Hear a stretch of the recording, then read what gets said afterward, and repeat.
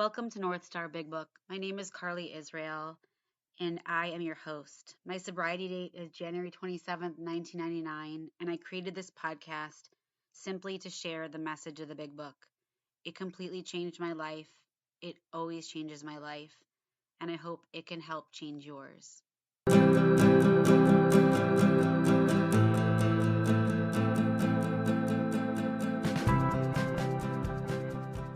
Carly, recovered alcoholic. Welcome to North Star Big Book podcast. I have my new friend, Timothy. Will you introduce yourself? Hi, I'm Timothy Gager, and I always use my last name. And thank you so much. I'm such a big fan of North Star. This is North Star Big Book podcast has helped me take other people through the book because, I'm totally attention deficit. So what my sponsor might have told me couple of years ago, I don't remember. So, Carly's cast is always like this refresher course for me. And that's awesome. I'm so grateful to you. And I actually am finding so many positives about the pandemic because I don't think we would have connected if we didn't have this. And then you invited me and I love finding this new community. So tell us why we are listening to you take us through 138 and 139. Why did you choose these pages? The words on 138 and 139 really speak to me, and they don't speak to me necessarily. This is the chapter to employers, and they don't necessarily speak to me as like an employee or an employer, but they speak to me more of being an alcoholic and being labeled an alcoholic, and people that really don't know what to do with alcoholics. And people have the best intentions, and their best intentions may or may not help, real help. Will you tell us before we get started where you are from and your sobriety date? My sobriety date, I'm from Boston or Dedham, Massachusetts. We love our right outside of Boston. Yes. And my sobriety date is November 6, 2010. You don't have an accent. Now, I grew up on Long Island, and I grew up with a Long Island accent, and I went to college in Delaware, and they beat the Long Island out of me, and then I never really adapted to the Boston, The Boston. Well, I love all my Bostonians because I was sober there for a little bit, and it's in my heart. So we are going to get into 138. Are we starting at the way top at here? This started the first paragraph, about the typical example, which is so typical. All you. Okay, it's all me, huh? So on 138, they talk about there is a large banking institution, and this bigwig comes and they talk to the employee and says, look, there's someone in the company that's kind of has a drinking problem. He's kind of messed up. Can you help him? And he's got really, really good intentions. So,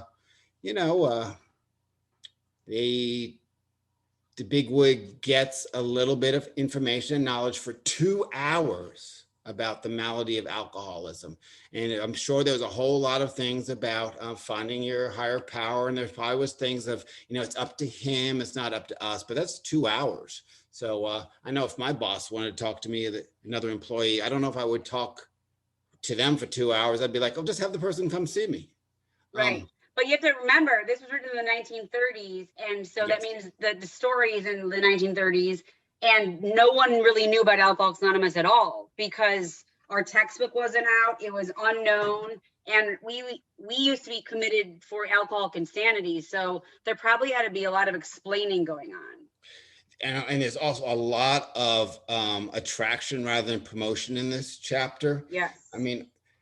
I always give out my last name like I do, because if people want to get sober, they need to be able to find me. It's not going to be like, hey, I'm Mr. AA, Mr. Alcoholic. It's like they want to find me, and people have found me. My friends have found me. I put it out there. I'm not all that anonymous. Right. My friends that need help know where to find me, and I've helped some people that way. So should we be reading this? Yeah, why don't you start with that first paragraph, start reading it, and I'll interrupt you and we'll tell stories. That sounds great. Okay, so here, for instance, is a typical example. An officer of one of the largest banking institutions in America knows I no longer drink. Ding, he's out there. He's not all that anonymous. Right, and how do they know that? Probably because they've been at functions and they see, that's the only one that's not making an ass of themselves. Yeah, or the one that's like, or the one that's like, no, I don't drink. Get that away from me. I've been Right. sober I for don't X think so. amount of time. So one day he told me about an executive of the same bank who, from his description, was undoubtedly alcoholic. And you know this employee is in big trouble. He's skating on the high wire, like one more like bad Right. behavior or screw up. You screw up in a bank, you cost the bank lots of money. And one more screw up and he's gone. And probably he's like, you don't drink, please help him. Right. But this is an executive. So they are putting a lot of money and time into this person, which is probably why they are still willing to keep them on. Yep. This seemed to me like an opportunity to be helpful. So I spent 2 hours talking about alcoholism, the malady, and described the symptoms and the results as well as I could. All right, will you stop right there for a second? Yes. So I have that underlined because I'm not going to be able to see an opportunity to be helpful today if I'm not doing 10, 11, and 12 on a daily basis, because otherwise all I'm thinking about is my crap. And I don't hear other people talking, even though I look like I hear them. And because this person was not blocked off from self and they were trying to be connected to their higher power, they were aware enough to know, oh, this is an opportunity to be helpful. Exactly. And sometimes you can just be helpful. Just like some people that I know question, because of me, they question whether they have a problem or not. And I don't put it upon them, but like, just to be helpful, just to be like, to exist in a sober world and have fun as a sober person, and just to have a life. Like, hell, when I got sober, I thought it was, I was getting punished, like this is my punishment, for the rest of my life, right? But yeah, today we got to be right, attraction, not promotion. Exactly. So where am I? His comment was very interesting, but I'm sure this man is done drinking. So it sounds kind of cut and dry, but like, that 2 hour conversation, there was a lot of back and forth, and like he's done. And meanwhile, Bill's talking about, the disease and the progression and, willpower. But, later in the chapter, later in those pages, they'll talk about that. So he just returned from a 3-month leave of absence, has taken a cure, looks fine. And to clinch the matter, the board of directors have told him that this was his last chance. So in other words, he was sent away like to rehab, commonly a hospital, a sanitarium. He dried out for 3 months. He looks great. He hasn't had a drink. Physically, he looks great. He hasn't had a physical drink in 3 months. And boy, he's ready. And plus, he's got that thread over his head. Right, from the board of directors. And this reminds me of, there was a guy that my family knew. We were family friends, and his son was in the program with us. And the father, who was my grandparents' age, was almost died of alcoholism, had cirrhosis of the liver. His belly was like 9 months pregnant, yellow. And the doctor told him, just like it says in the book, if you drink ever again, you'll literally die of alcoholism, and he was sober for 5 years, didn't do the work, but just was in the rooms of AA from the fear, and was happy to be there and felt better. And then what happens to us with the spiritual malady is, if we take away alcohol from the alcoholic and you don't replace it with the spiritual condition and the change, sure enough, right? And I remember my grandmother at the time, who was friends with him, saying he's never going to drink again. And my mom, my dad, and I are all sober, and we're like, well, there's no such thing. Like, there is no such promise that you're never going to drink again, especially if the board of directors tell you can't. And he died of alcoholism. He did. He picked up a drink and he died. And I always remember that, because my grandmother, she could not imagine that he would ever drink again, but he did.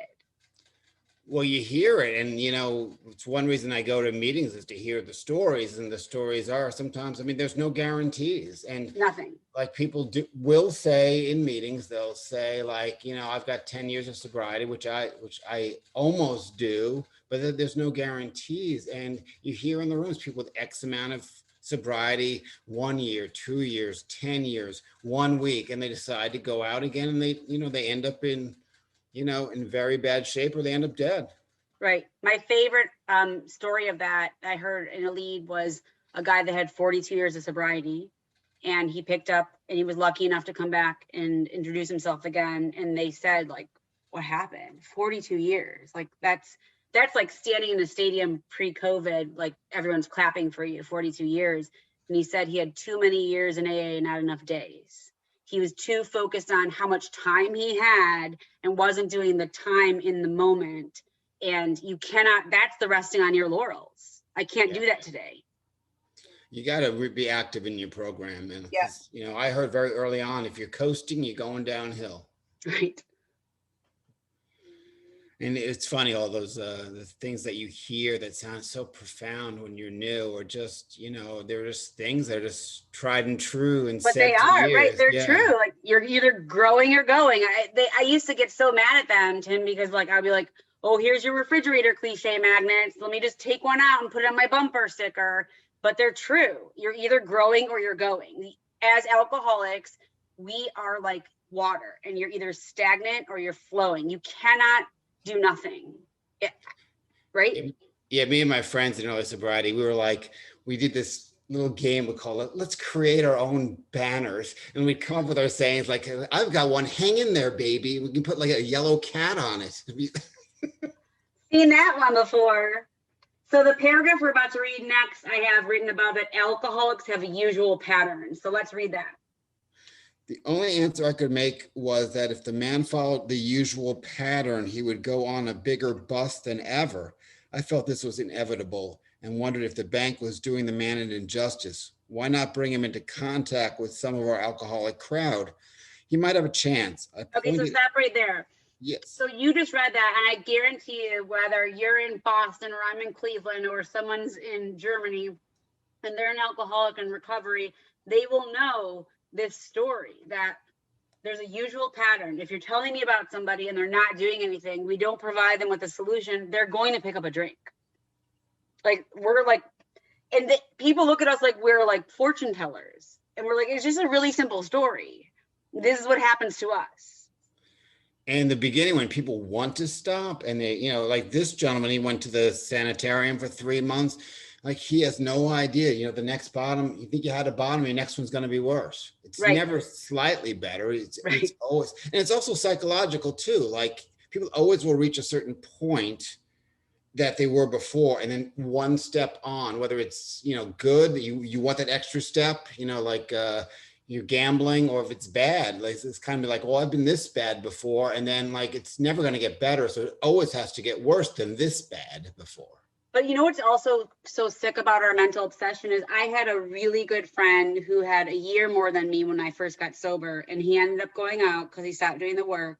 And I remember talking to him like 5 or 6 years in, and he'd been out for a couple of years. And I said, what's going on? He's like, I'm miserable. And I said, so you know what to do, like come back. And he said, nothing bad enough has happened in order for me to say I can come back now. Like, his mental obsession told him why, but he needed to have like a really bad event that happened in order for him to say, okay, I can come back now. And what I want the listener to understand is, we don't need that from you. You are welcome back at any point that you say that you want to come back. And I also want everyone to understand that it's no one's business if you go out except for your own, and you get to share that, and no one else gets to talk about it. And if they do, you can tell them to read the book, because we don't do that to each other. We just welcome everybody back if they're lucky enough to come back. Yeah, and there's the, you know, we don't give them or offer them shame, but Never. So much inner shame that's really hard for the person coming back to deal with. Right. I remember Bill W. I read at one point in one of the readings that people were like, you need to give them more rules and more like consequences. And Bill said they don't need any, they've got alcoholism. And alcoholism will beat them harder than anyone here can, which is right. Like you just said, we don't need to shame anyone, which is not our business anyways, but the shame comes from that life. And we're just here to say, we love you. Like, we are you, like we're the same people as you, and there's zero judgment. Yeah, I mean, alcoholism is like you're in this car with bad brakes and you're on the top of the largest hill in San Francisco, and you're going down the hill and you're hitting the brakes and it's not really slowing the car down, but like it's like turning to the person next to you, be like, hey, don't worry, I have brakes. They still exist in the car. Right. That's terrifying. All right, tell me how he shared his story. Go for that. I pointed out. Okay. I pointed out that I had nothing to drink, whatever, for 3 years. And this, in the face of difficulties, would have made 9 out of 10 drink their heads off. Why not at least afford him an opportunity to hear my story? And that's, I mean, the whole thing about AA and this program, it's all about stories. It's all about hearing somebody's story. They like very first alcoholics and the very first people in AA, they would travel to hospitals, be like, I'm going to tell my story. And the story is kind of what gets them in. Like, it's needed. Like when I was new, I needed to hear stories. I needed to hear that people drank like I did, because I didn't necessarily believe that that was possible. I needed to hear that story. So I love how it's been passed through the years. Yes. And the storytelling is so important. And something else I want to share is I've never sat in a meeting and thought, oh my God, we have the exact same story. And I've heard people say that, and like they heard their story. And I was like, when am I going to hear my story? And I'm 21 years sober, and that's never happened. But what I've heard is when people, and this is what I want from people when they share their story, is they don't talk so much about the events. They talk about the feelings and the thinking. Tell me what it felt like when you looked in the mirror. Tell me what it felt like when you were alone at night and it was quiet. I can relate to that, because our stories might not match up ever, right? But we all have that same common problem, which is we cannot function like this anymore, and we hate ourselves, right? And that we can connect to. Yeah, like it's everyone's bottom is a self-hate event. I love that. Say it again. Everyone's bottom is a self-hate event. Like you can be drunk and drive your car into a brick wall, but if you're not feeling bad about it, you're not hating yourself about it, you know what? That's not going to get you sober. Exactly. Right. For me, you would have thought my bottom was overdosing at Oblenis Hospital and almost dying, but it wasn't. It was the walk home, the quiet walk home where I couldn't think of one more place to go. My bottom wasn't what someone else thought it should be. It was what happened between me and my higher power, where I saw no other way. All right, so back to the book. Oh no, said my friend. This chap is either through with liquor or he's minus a job. If he has your willpower and guts, he will make the grade. And yeah, this chap right there is the example of like a lack of understanding. Yes. Like willpower and guts. Like, it's great if you have it. It can be one of the tools that you use, but like, this is an illness, right? Right. And the person that's saying that doesn't understand that our disease. They think that you just need to be strong in your mind and in your courage. And that's not at all what we need. No, like, and how many times have we heard our loved ones saying, why can't they just... What are they thinking? What are they doing? Why are they doing this again, right?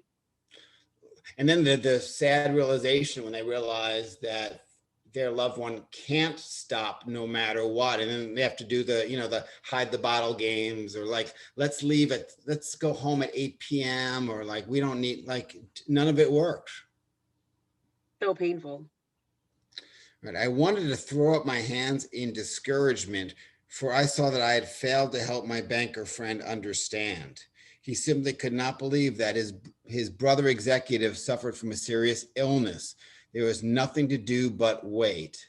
I underlined that and starred it and highlighted it, and I wrote on the side, tool for sponsees who are unwilling. So if you're sponsoring and they don't seem to get it, that they're dying from a serious illness, what the book tells me is that there's nothing to do but wait.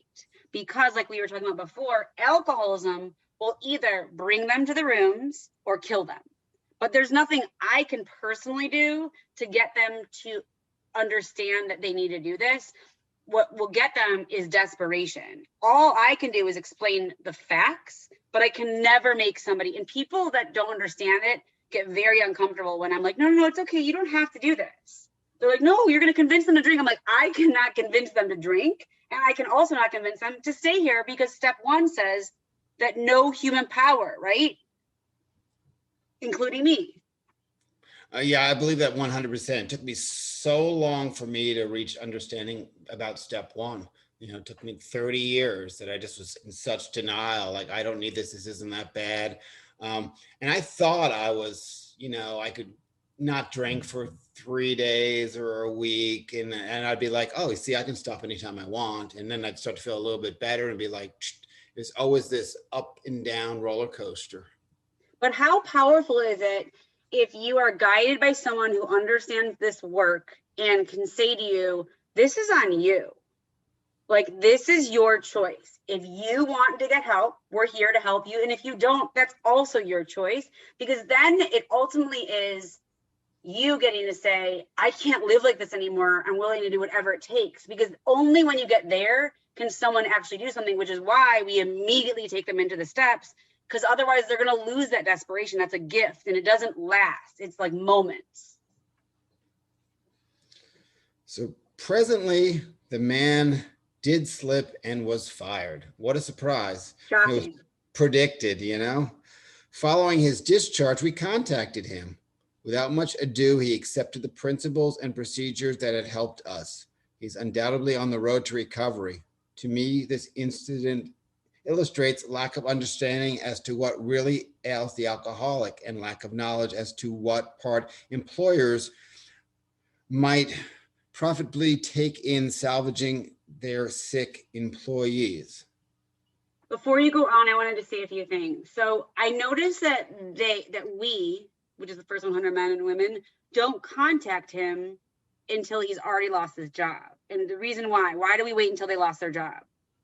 Again, it's the gift of desperation. Right. You wait because, if he's fighting whether he wants to, he's fighting whether he's an alcoholic or not. He's fighting, do I need help or not? He's fighting like, right. I don't want to do this. And it's actually a gift that they get fired. Like, people are always so worried that they're going to give them, that we are capable of pushing someone over the edge. And we're not. No one is that powerful. But giving someone structure and consequences could be exactly what they need, right? So when it says he accepted the principles, I wrote about that steps.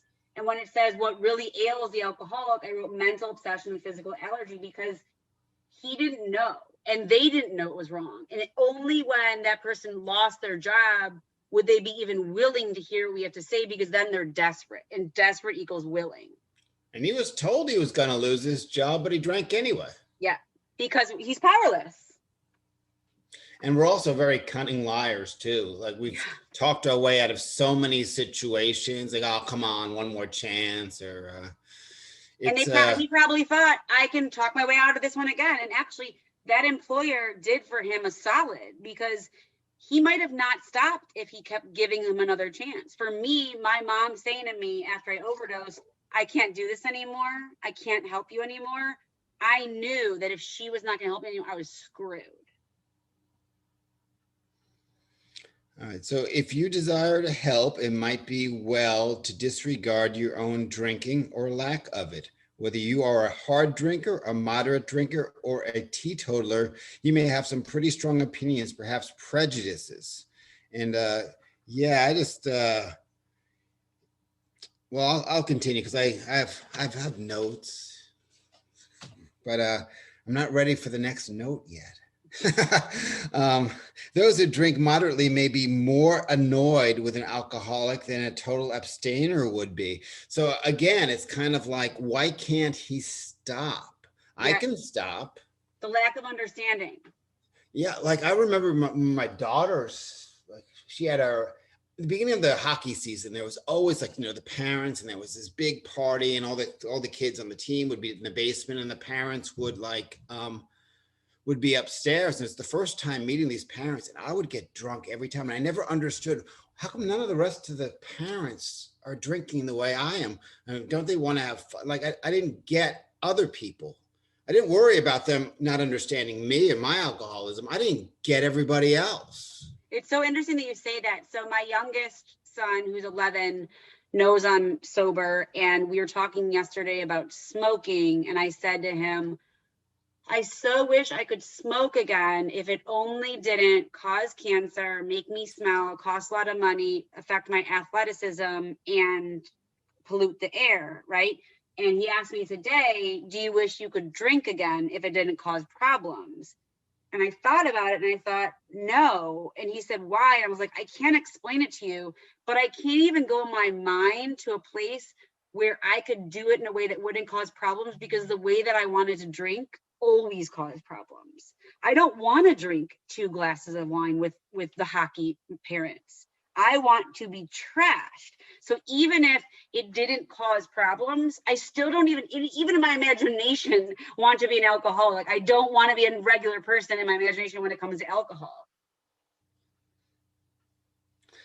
Yeah, I mean, I get that completely. And there's also like the hoarding too. I remember doing a book reading in Rhode Island, and they had they had a 12 pack of beer and cheese and crackers for after the reading.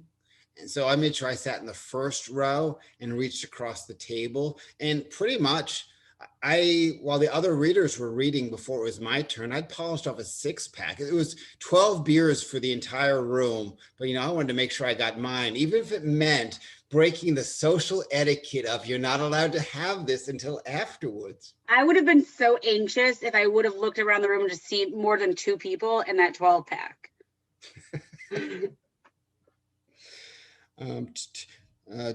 Drinking occasionally and understanding your own reactions, it is possible for you to become quite sure of many things which, so far as the alcoholic is concerned, are not always so. As a moderate drinker, you can take your liquor or leave it alone. Whenever you want to, you control your drinking. So I stopped right there and I wrote on the side, I underlined that and I wrote, could you, ? To remind myself when I'm taking someone through, there's always signs and questions in this book that are constantly giving us, asking us, do you think this is you? Are you a moderate drinker? So Timothy, could you take it or leave it alone? I could never leave it alone. My shut off was always wasted. I could control my drinking. I just couldn't keep it controlled. So I could do it on purpose if I had to, but I couldn't stay whatever that speed was, whatever that 2 drink minimum, maximum was. I couldn't stay there. And I wrote on the side, the non-alcoholic. A non-alcoholic is able to take it or leave it alone. They do not have a physical allergy when they put alcohol in their body. And when they don't have it in their body, they don't have a mental obsession. Yeah, and it's funny, according to the book, the moderate drinker does not understand why we can't stop. And on the flip side, I can't understand why someone would ever want 1 glass of wine. Oh my Lord. I mean, I feel the same way about my husband, who's a complete moderate drinker, thank God. And he doesn't live with me. So when he comes here to visit, he has a 6-pack that he bought like January. And I got to tell you, it doesn't bother me as an alcoholic that I see alcohol in my refrigerator. It bothers me as an alcoholic that why have you not finished this? This is ridiculous and embarrassing. How could you not finish a 6-pack? It's been 8 months. Isn't that alcoholic abuse? I know. It's or the person that's so willing to at dinner to they have half a drink and they're ready to go home. I'm like, what are you doing? Let's wait. You got to finish that. Just drink it. I tell people too, if they're worried about whether they are or they aren't, it's not me to judge them, but I always say, hey, it's not the amount, it's how you feel about the alcohol. Is it your best friend? Is it your spouse? Is it something you can't live without? You can have 1 drink a night or maybe a little more than 1 night. But if you're obsessed with that the entire time and that 1 drink is causing consequences. What I always think about, and I want to make it really clear, I no longer have a mental obsession, but there was this woman in AA, her name was Birdie. And when I was 4 years sober, she was 36 years sober. And she was in Chicago, and she said, she was so elegant. And she said that there's never a drink that is poured in her vicinity that she does not see out of the corner of her eye. And it wasn't because she wanted the drink. It's because once an alcoholic, always an alcoholic. To not be aware of it is ignorant, because we are aware of it. It makes sense that we watch regular people and we go, why are you ordered that an hour and a half ago? What is wrong? That's what's happening in our brains, right? And it's because we have a disease, and our disease looks at regular people and doesn't understand why they're not finishing it. And that doesn't mean I want to finish it. It just, I only know alcohol in that way. And the flip side is I love when people across the table from you find out that you don't drink and they've ordered one, and suddenly they're trying to push it like behind like the napkin They're holder. so worried, like you're gonna grab it. Is this gonna push you over the edge? Yeah, I'm like, you don't have to hide that in the napkins. It's okay. You don't have to make a napkin tent with your vodka tonic. So whenever we want to, you control your drinking. Of an evening, you can go on a mild bender, get up in the morning, shake your head, and go to business. And it's very often we hear that, and it's kind of like a mild bender, and it's like, this low bottom, high bottom drinker. Like I thought I was functioning if I could get up and go to my job, which I did.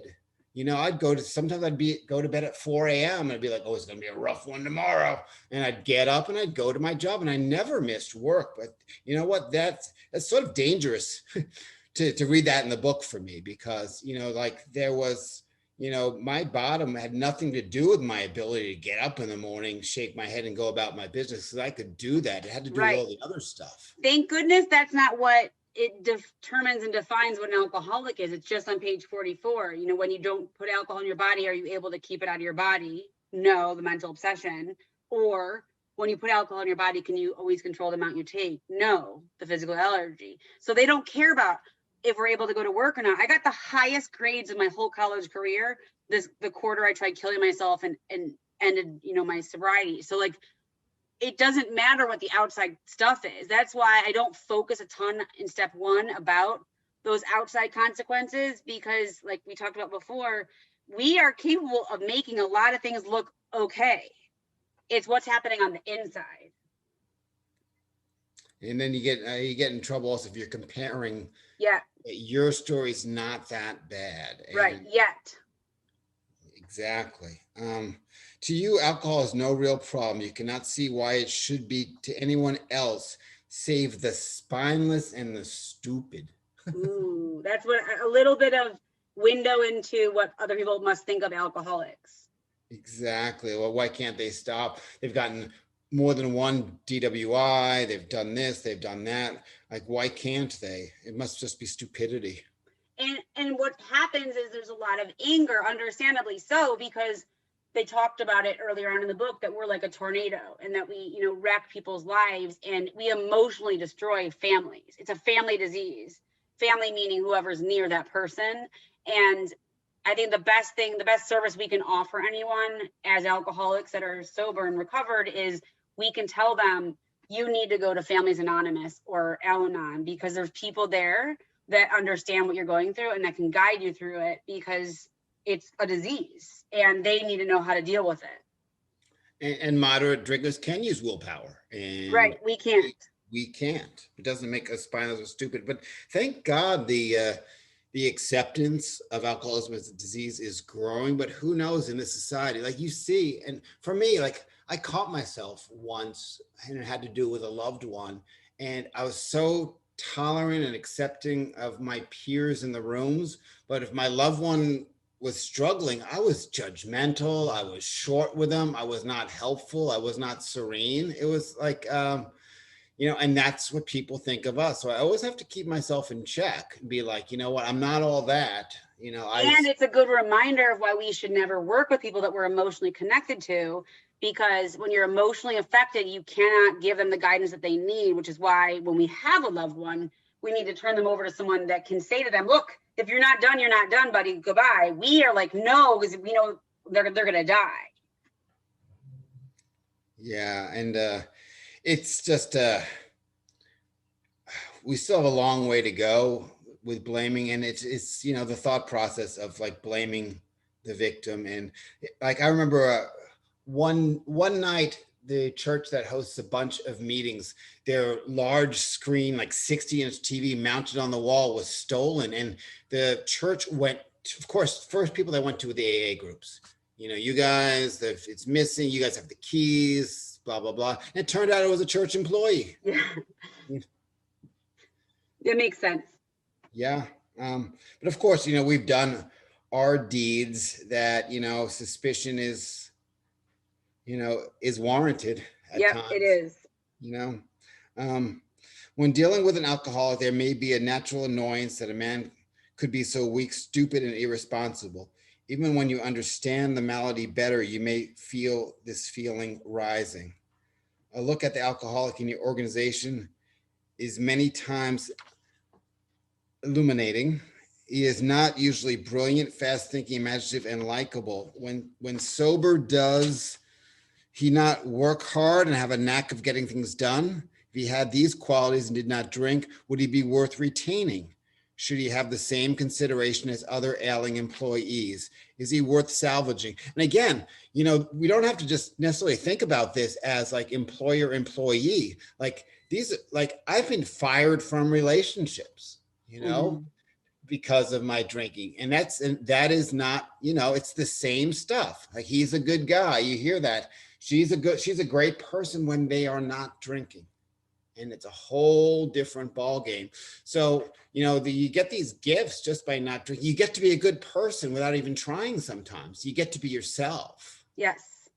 And we don't have to cause so much harm because we have control over the way we're behaving today. It's not reaction. It's not out of control. We know what we're doing. We don't have to be embarrassed, which is why the executive came to them in the first place.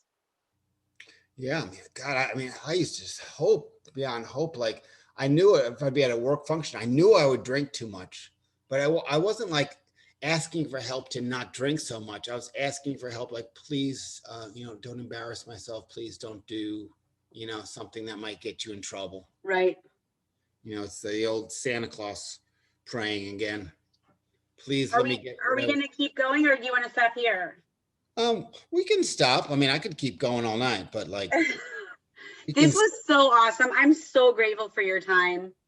I'm grateful for your time and what you do and the time that you put into, teaching about alcoholism and taking people through the book. And like, that's. I just love that we get to show each other. So everyone knows that I love the big book, but I love that I get to show them that Timothy loves the big book. And that, I love finding people that get to make this come alive, because I'm never going to look at those pages again without thinking of you. And I love that about this, because even though this was written in the 1930s, in 2020, we can get excited about it today. Yeah, and I'm excited about it because I was so like, it's such a miracle that I don't drink. It is such, It really is. I credit the book and I credit AA, and if other people have this miracle and they do it by like, every time that they want to have a drink, they take a piece of masking tape and they rip the hair off their arm. If that works for them, that's great. More power to There them. would be balls everywhere. But this is the only thing that worked for me. I had me no too. willpower, no ability, like, no one was patting me on the back when I, could go 7 days without a drink. In fact, none of my friends missed me. When I decided to get sober, nobody missed me. No one said, will you please come back and drink with us? Even the hardcore drinker friends of mine be like, thank God. No gold stars for our absence. Exactly. Thank you so much. For any listeners who would like to get deeper insight into my story, I just released my memoir, Seconds and Inches. It was a dream of mine for decades to write my memoir, and while I do not believe in mixing money and AA, I just wanted to share with the world that I did this accomplishment, and it can be found wherever you normally purchase books, paperback, audio, or digital. I wish you an awesome day. Thank you.